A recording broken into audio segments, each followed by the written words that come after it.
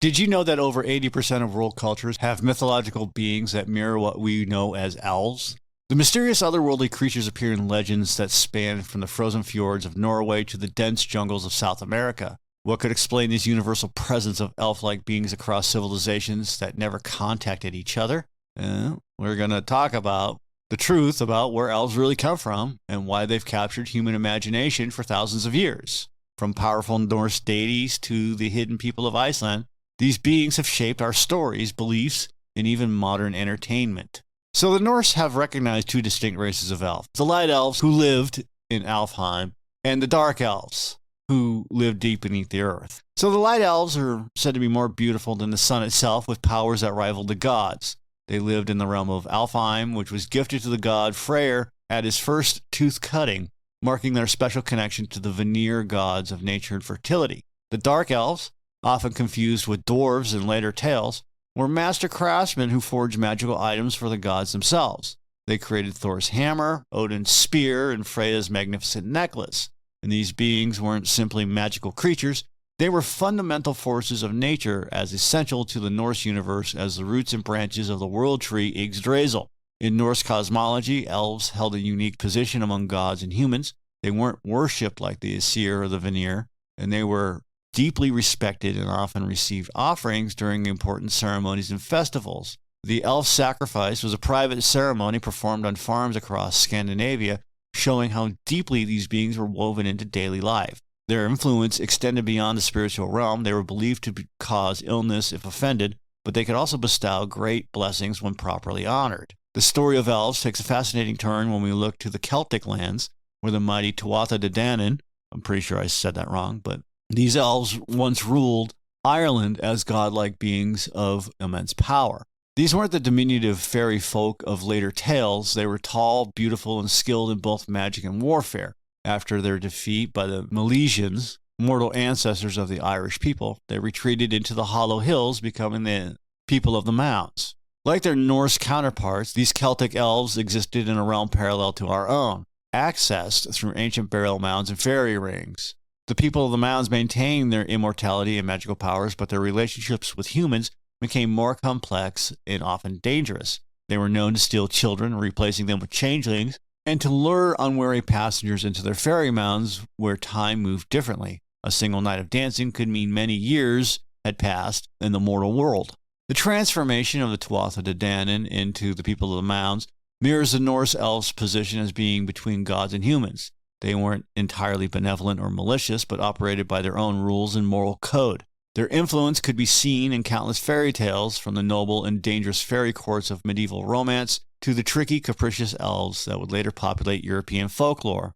This duality, their beauty and their danger, their magic and their malice, became a cornerstone of how we imagine elves today. The Germanic peoples brought their own distinct flavor to elf mythology, marking a crucial evolution in how these beings were perceived. Ancient Germanic tribes viewed elves as powerful divine beings, closely related to the gods themselves. These early elves, or Alfs, A-L-F, were worshipped alongside other deities and were thought to control the forces of nature and fertility. As Christianity spread through Germanic lands, these once revered beings underwent a dramatic transformation. The church's influence pushed elves from their divine pedestals into darker territories. They became seen as mischievous, often malevolent creatures who caused illness, stole children, and played tricks on humans. Their size diminished along with their status, and they were increasingly portrayed as small, hidden folk who lived in forests and hills. In medieval Germany, these beings became known as elven or albin, associated with causing nightmares and illness through magical arrows, a belief that gave rise to terms like elf shot for mysterious ailments. They were blamed for everything from crop failures to unexplained illnesses, and people still left offerings to appease them, showing how their earlier divine status lingered in cultural memory. The Brothers Grimm collected and published many folk tales featuring the diminished elves, but they also preserved accounts of their earlier, more powerful nature. This dual identity, tiny tricksters and powerful mysterious beings, created a fascinating tension that would later influence writers like Tolkien, who would eventually restore elves to their former glory as noble, powerful beings in modern-day fantasy literature. This transformation from gods to imps and back to noble beings reflects not just changing religious beliefs, but evolving cultural attitudes towards the supernatural. The Germanic elves' journey from divine beings to household spirits to high fantasy nobles shows how resilient and adaptable these mythological creatures have been in capturing human imagination across centuries. Across a vast expanse of human civilization, beings remarkably similar to elves appear in cultures that never had contact with European traditions. In Japan, the Yosei, excuse me if I said that wrong, share striking similarities with Western elves, immortal magical beings dwelling in forests and mountains, known for their extraordinary beauty and connection to nature. The Orang Banian of Malaysian folklore presents another fascinating parallel. These invisible beings live in a society mirroring human civilization and possess supernatural powers and ethereal beauty that perfectly matches elvish descriptions from halfway around the world. Their reputation for either helping or misleading travelers echoes European elf tales with uncanny precision. The Philippines' Encanto embody many classical elvish traits: tall, pale-skinned, ethereally beautiful beings who dwell in natural locations and can either bless or curse humans who encounter them. Like their European counterparts, they're known to enchant humans and whisk them away to their realms, sometimes returning them years later with no memory of their absence. In Native American traditions, particularly among the Algonquin people, the Pukwudgie shares remarkable similarities with Germanic household elves.